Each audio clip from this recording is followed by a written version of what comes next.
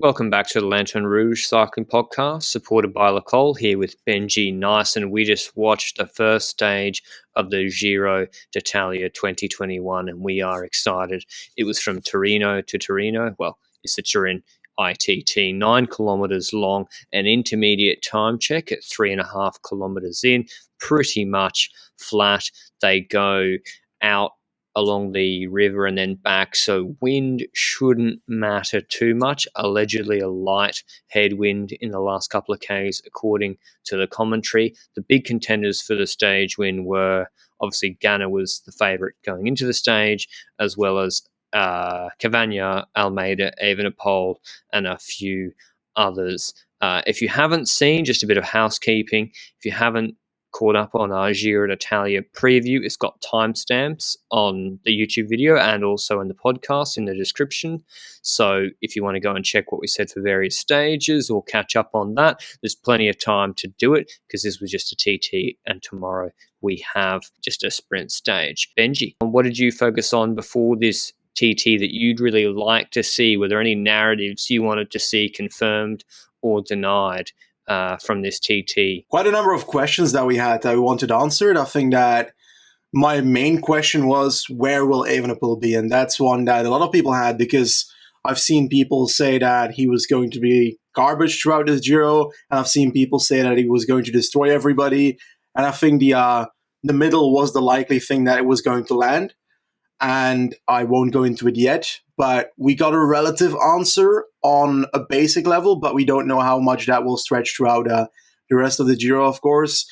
We also had some confirmation or some comeback. I don't know. I think with a lot of riders, we had just questions that were biting at us, where we needed confirmation of whether they could actually do something here. And that was with GC riders like Vlasov. Can he actually sustain that TT that he did at Paris-Nice, for example? Is Sivakov a decent TTer? All these types of questions. Is Nibali's broken arm a problem? Yeah, exactly. Tell you, spoilers, big question. It's a problem. So anyway, you know how we do the TTs. We get pretty much straight into the results. Early good times were set by Campanaz, but he says he doesn't go for TT anymore. I'll focus on it as much. So he said an early good time, well, the first time in the hot seat of 9:19. Then the next good one was Castroviejo, and then Foss. Tobias Foss set a huge time of 9 minutes flat, and he'd gone before Remy Cavagna, the Jumbo-Visma rider. He's won Tour de l'Avenir. The guys who won before him were Pogacar and Egan Bernal. So been a pretty good track record recently of people who've won Tour de l'Avenir, and he's got a good TT, 5th in the TT at Basque Country, I think, or maybe a little bit better than that. We'll talk about Jumbo-Visma's TT in a second. And that was such a big time difference to whoever had come before him. I think Brandler, 9 seconds ahead of Matthias Brandler, the Austrian. We're like, whew, that is a hot time, because Brandler's pretty decent. Then Eduardo Affini, his teammate, set a time 3 seconds better than Tobias Foss. So Jumbo-Visma, I mean, they're obviously flying in the TT. Almeida and Cavagna set a time of 9:04 and 9:05. Cavagna not looking completely on today, it must be said. I didn't expect him to win necessarily, but I did expect him to be the best of the quick-steppers. Evenepoel rolled off, and just before Ganna, so that was a bit of good time to watch the race. He set a time of 9:06, third at the intermediate, 4:01, and then a slower second half. He appeared to be visibly blowing, actually, in the second half of the TT. 9:06, not disastrous.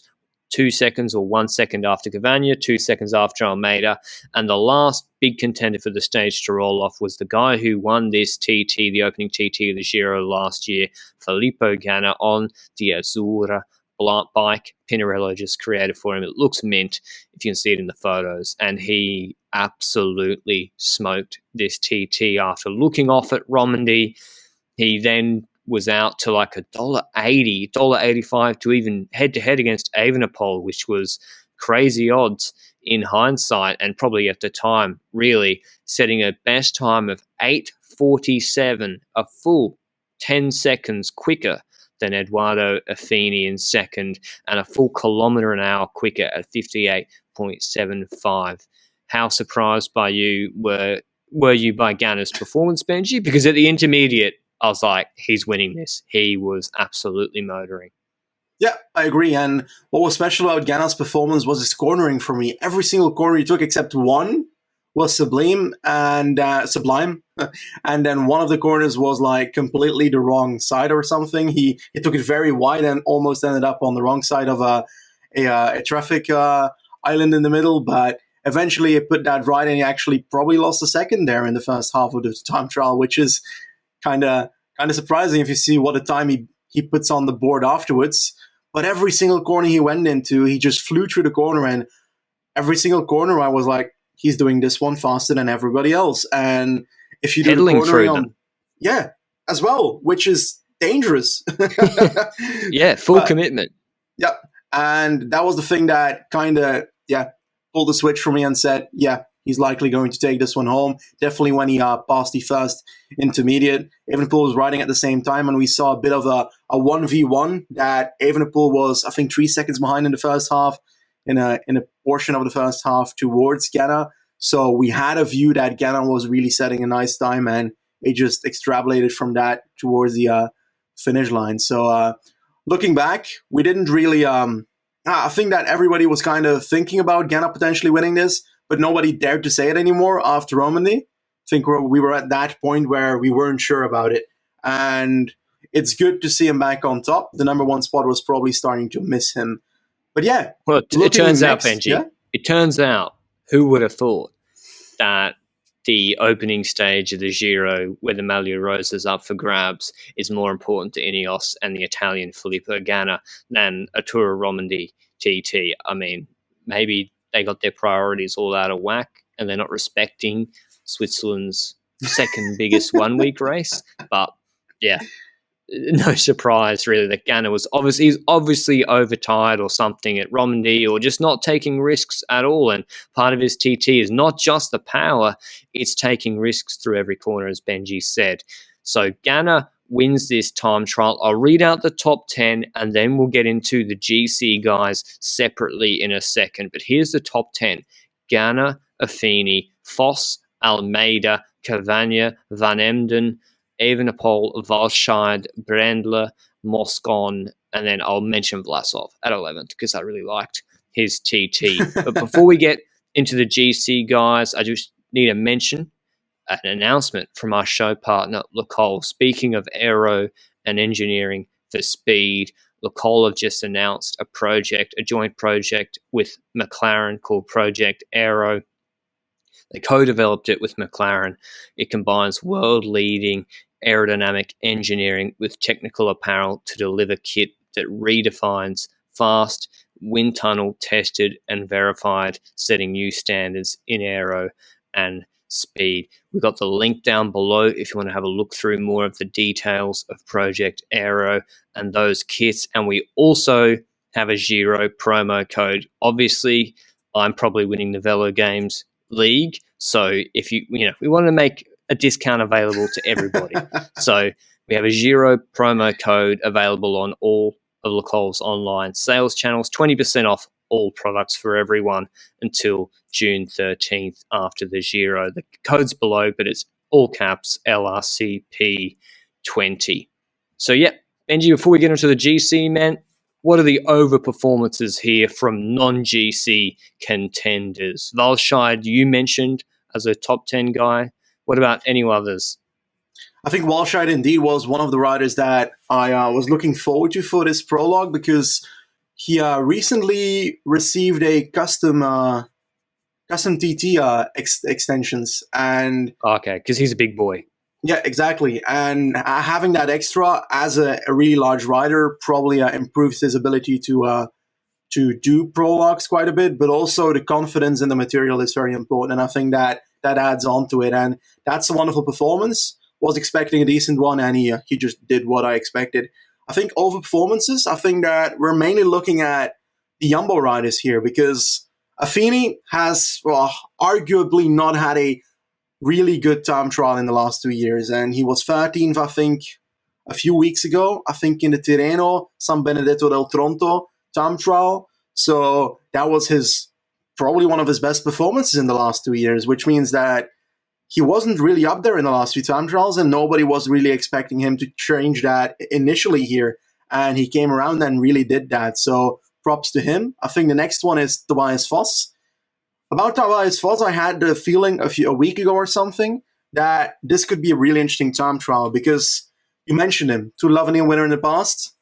Let's be honest though, I think that L'Avenir was potentially the lowest level L'Avenir of the 3 years that we mentioned with Pogacar and Bernal. So it's still a wonderful performance, but it wasn't on the level of Pogacar and Bernal when they won it.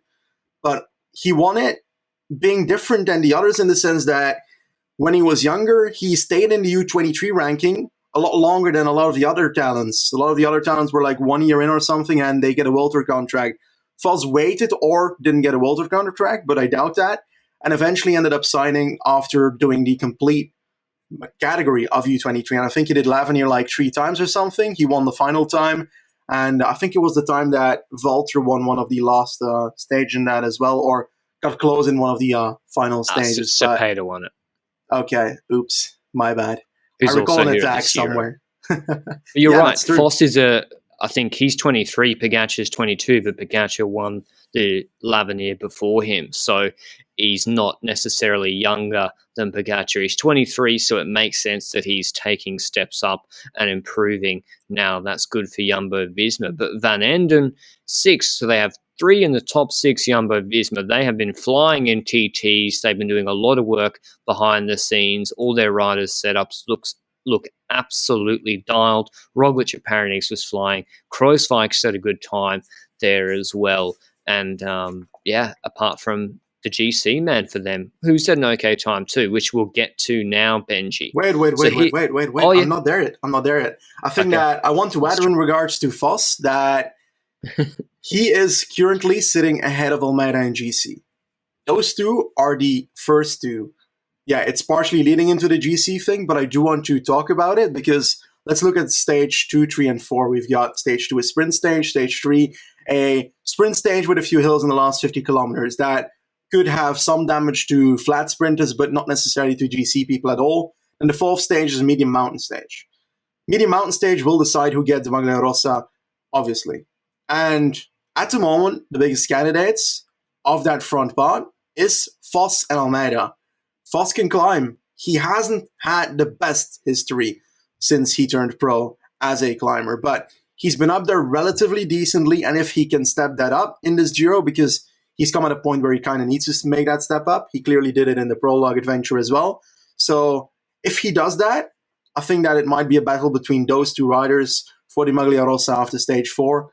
And for my pick of the preview, it's obviously hopefully Almeida, but still, I think that all in all, it's a chance. And that leads me to the question to you first.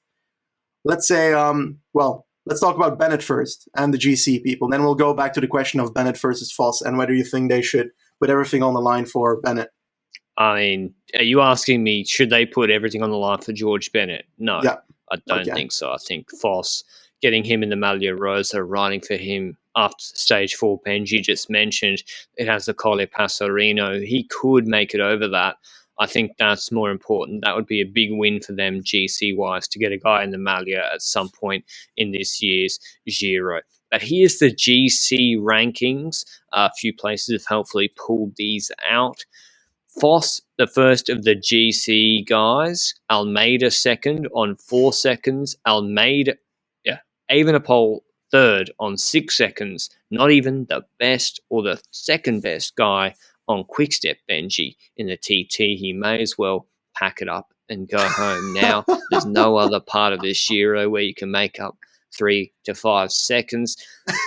Vlasov fourth on 11 seconds. His TT, again, 2021 is looking much improved. Paris was good today, even better, coming 11th in a prologue length TT. Pozzovivo never got any camera time. 5th out of the GC guys on 18 seconds. Not Formula. Sivakov 22 seconds. Yates 25. Carthy 25. Bernal 26. Mollema 25. Bilbao 27. George Bennett 28. Nibali 28, Soler 29, Hindley 33, Landa 36, Bardet 39, Buchmann 43 seconds. That's not good. And Dan Martin 44, and Cepeda. I said it multiple times, even today, but he should go for stages. Just go for stages, like 115 back on that TT. And that's it. Jumbo Visma, we've just been lauding them for doing so well. Their position was always the minute after an Androni rider, and all the Androni riders sucked at the TT. So Tobias Foss, he got a massive draft off the Androni team car in the last 1,500 meters. He then slingshot across to their rider, his Minuteman Pello, got a draft off him. It didn't make a difference to the stage overall, but maybe a couple of seconds, I think. But first impressions there of Evenepoel and Almeida, Benji, and maybe tell people what came out in the press today from Lefebvre. So firstly, those 2 seconds of Almeida on Evenepoel, and also quite a bunch of seconds on Masnada, who didn't have the best of his time trials today. Yeah, where was he? I think it was on 25 to 30 seconds, but I don't know it by heart.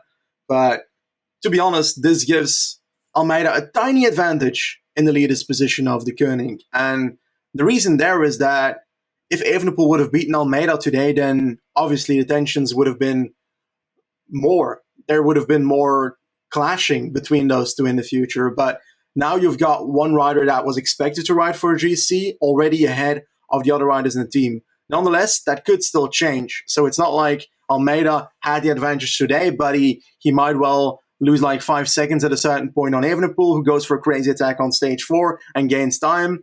Yeah, it's all possible. But for now, that tiny advantage is for Almeida here. And that's just a bit of a confirming area that Almeida is decent in form. And he's also looking to be at least a co-leader of this team. On paper, a leader, but people say a lot of stuff before races. And when it starts, it can already change in a week. But next to that, Evenepoel seems to be back. And it's not on a level that is poor. It's on a level that is good. Is it on the level that he was before his injury? I think not yet. I think that he's going to get there eventually. And I think it's looking good. And I'm happy that we can see him on his bike again, because he does inspire a lot of people as a cyclist, and I think that's relatively important. And it would have been really sad if he would come back and then be very far from a competitive form. And just to see him in that form now is really good. But I recall you asking me a question. I totally forgot about it. So, well, Patrick Lefebvre was talking in the press about that topic, or sort of, and he was talking about how Almeida, he's not happy. Lefebvre's not happy with Almeida's agent, asking for more money. It looks like Almeida's leaving the team. I thought it was a disgrace they didn't take him to the Tour de France. I still think that, especially after today. Yeah. And that made me more sure that they were riding for Evenepoel in this Giro. I disagree. I think this was a good performance from Evenepoel today. 9K TT, pancake flat, I think it's good. Yes, he's lost 2 seconds to Almeida, but it's literally his first race back. He's lost a fair bit of weight. Apparently he's at 60.5 kilos, so maybe losing another 2, 3, 4 kilos has lessened his pure flat TT ability in lieu of the mountains we have later in this race, which will be more important than 2 or 3 seconds in this 9K TT. But yeah, I think it's all to play for Almeida, and it's going to be a case of his legs having to do the talking. I don't think there's no way Evenepoel and Quickstep are going to make Evenepoel sacrifice his own GC for Almeida. It's not happening. But it's an advantage that it's not the other way around right now. So let's say that Almeida would have finished 15 seconds down on Evenepoel, then the doubts would start, and then they'd start considering, Almeida's leaving the team. Maybe it's worth it if we try and use him the moment that we have to decide between either of the two. And I think this confirms that those doubts aren't here yet, and they can still keep going as potential co-leaders for the first 2 weeks. Well, they'll make Masnada do that. They'll make, with Masnada losing 25, he's the man who Benji and I will watch Masnada. But I think, unfortunately for him, he's going to get the big, hey, this is your job.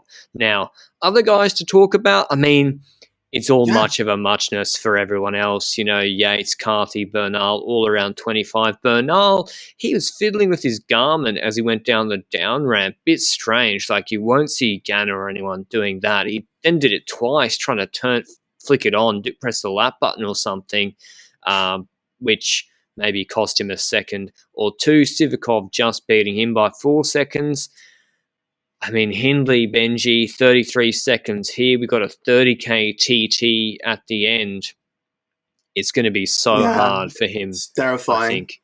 Yeah. I think for a lot of people, and Dan Martin as well, 44 seconds down is a bad TT. Dan Martin has never been the greatest of TTers, but it's still not good. Bardet and Buchmann as well. Bardet, I'm still not really feeling like he's going for GC anyway. I feel like he would end up going for stages anyway, but this is just confirmation on that level. Nibali with a mediocre time trial. I think that I didn't expect more at this point, definitely with his hand, and it's going to influence something. I think he needs to survive for a good week or something, and then he's going to realize, this is what my level is, and then we can see what he will go for. And if he's relatively close in GC, I'm afraid that he's going to keep going for GC. I've said it for a year now. I'd love if Nibali was just like, lose 20 minutes on the first day, go in the break every mountain stage. Would be such a nice Giro. But he's likely not going to do that. But looking at the other people, I said it earlier, Foss and Bennett, I think what's important is that I truly believe that Bennett is a better climber than Foss. I'm really agreeing on that. But the thing is, you don't need to sacrifice Foss necessarily in the first week. If he can stay close, keep him close. Then you have 2 leaders for now. And only the moment that you absolutely need to decide to have 1 leader, then make the decision. And a lot of people were already saying before the race, Foss will never try to stay up there in GC because, Bennett is there, his leader. They said it beforehand. Yeah, but teams lie all the time. Like, let's be real. And about those riders is, I think Jumbo learned their lesson in the past already, that they want to try and keep as many people as possible up there in GC, and other teams as well. And I think that it helps having multiple people up there. So that's my view on those two, honestly. But I think that one rider I was pretty surprised by that was my leader for Trek Segafredo for this Giro, Ciccone. Horrendous time trial. Like, he passed the first section. I was like, okay, he's not even trying. It didn't seem like it. So I guess 43 seconds off. Yeah, it's same as same as mine. Yeah, it's not pretty sad. Anyway, I think it'd be better off for Ciccone to just go for stages anyway. Yeah. I think with 5Ks to go tomorrow on the sprint stage, he should pull up stumps and just ride in at about 25 Ks an hour. Seriously, I'm being serious. That's what he should do. If they actually want to go for stages and as many as possible. But yeah, honestly, this TT has barely changed my opinion for anything in this year's Giro. People who I didn't think would do a good TT didn't do a great one. Some did fine, Vlasov did a little bit better. Evenepoel was the best of the main GC contenders apart from his teammate Almeida, who is 2 seconds behind. It's all pretty much in order and in expectations. Yep. Ganna won. This really doesn't change my opinion of anything, to be frank. It's just that if Evenepoel is a minute back, or Almeida's a minute back of Bilbao, or even who's not looking good, or Landa, they're going to be worried for that last TT, but we knew that anyway. Tomorrow's stage, 178 Ks, pure sprint stage, Stupanigi to Novara. It's inland. Don't know about the wind, but it's looking like a nailed-on sprint. A couple of little rollers, 1,700 meters, 5.6% in the middle of the stage. But I picked Ewan before the Giro started, and I'm picking Ewan again. I don't remember who I picked, but I think it was Merlier. So yeah, it was Merlier. Even if it wasn't Merlier, it's Merlier now. I'm going to go for Merlier. The team was not on screen almost at all. I think Dries de Bond came on screen just after Ganna finished. Everybody was like, we're going to wrap it up. I'm not watching anymore. And they got no TV time at all. Like Eolo Cometa as well. I don't think I saw any rider of that team. We want to go as a wild card to the Giro. We want to see Androni our did team on screen. when they were showing the Jumbo riders. That's it. You got to have the benefit of having a really strong TTR behind you to get yourself on TV if you're a wildcard team. But jokes aside, I think that, I think that Merlier has an entire team basically working for him, and it's their main goal. Merlier wants to win a stage in this Giro, and I think that I'd be surprised if he doesn't get at least one stage this Giro, and tomorrow might be a good time for that. I think that they've got a better dynamic when it comes to sprint trains than Lotto. Oh wow, that's the wrong team. Than Lotto, and I guess we'll find out also how Jumbo is doing in regards to Groenewegen and how he's going to be sprinting. That's the storyline for tomorrow. Dekker or Groenewegen. Por qué no los dos? Just let them both have a crack. Why not? I mean, Dekker. Then you're going to finish 9th and 10th like one team in the Tour every year. Like Israel Cycling Academy. And so Dekker, Benji, he was 7th at the intermediate. He's in good condition, I think. Little warm up for tomorrow. So I wouldn't mind a Dekker upset. But I got to go with Ewan. It's why he's here, and he's got to do it before they do any climbing because there's some nasty stages later.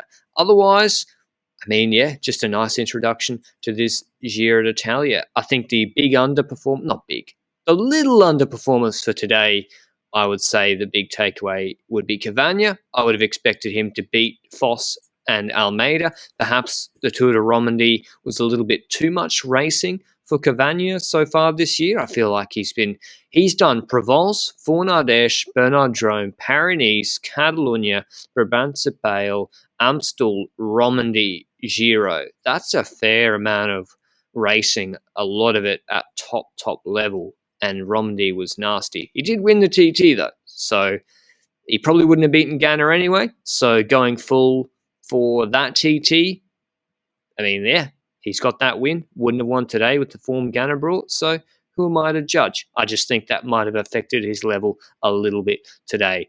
Any last thoughts from this Giro TT, Benji? Are you throwing anyone out of the basket? Not really. I think that overall it was a good start to the Giro. I'm glad that we don't have already one GC rider 3 minutes back or something like that on the first stage. It keeps everything close, but everybody competing. All the fans get to have their enjoyment of still having their GC rider in form and still having their GC rider up there and relatively competing for the victory. And I think that's good. I think that's really fun. And I'm looking forward to the upcoming stage. And I'm going to plug an ad here for my own stuff that I'm doing on the side. Oh, yeah. I'm going to abuse this podcast for that. But on my own channel, it should be somewhere in the description of the podcast and the YouTube channel videos. I'm doing a series where I ride through every single stage of the Giro on a video game, Pro Cycling Manager. Every single morning of the stage is a bit of a preview and see how the game simulates the winners and so forth. I can assure you that the winner of my game was also Ganna on the first stage. I'm going to give that a science. Yeah, it is science. It's actually a good preview of the parkour because you see it play through, and Benji talks about the parkour. Probably more important for actual road stages than a TT. But yeah, I'd encourage you to go and all watch that. Benji gets them up before the stages start. I've got some news for Benji that I haven't told him. I got my travel exemption, so I'm traveling to Europe on the first Giro rest day. So you're going to have to do the Giro rest day podcast, Benji, solo, unless I record from Singapore Airlines a segment, or we can somehow get the Wi-Fi to work in the air. But yeah, just letting you know that. Probably should have just told you on the Discord. Otherwise, we'll see you tomorrow for the Stage 2 sprint stage, and can't wait to see you and take to Dubski. Ciao.